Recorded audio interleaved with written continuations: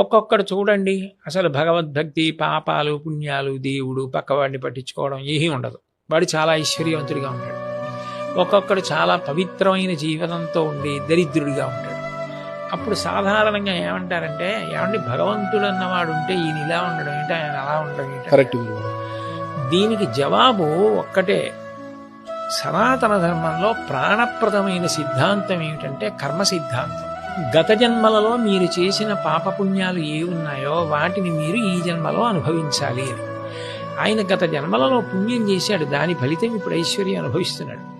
ఇప్పుడు చేస్తున్నాడు పాపం, దీన్ని అనుభవిస్తున్నాడు. ఆయన గత జన్మలో పాపం ఇప్పుడు పూర్తి చేసేసుకుంటున్నాడు, అయినా ఇప్పుడు పవిత్ర జీవనం పొందున్నాడు. అందుకని దీని ఫలితం ఉత్తర జన్మల్లో పొందుతాడు.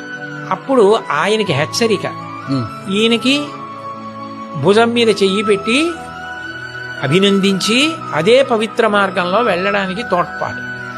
పునర్జన్మ సిద్ధాంతంలో కర్మ ప్రధానమై ఉంటుంది. అది మీరు పెట్టలేదు, నేను పెట్టలేదు, అది ప్రధాన సిద్ధాంతం. అది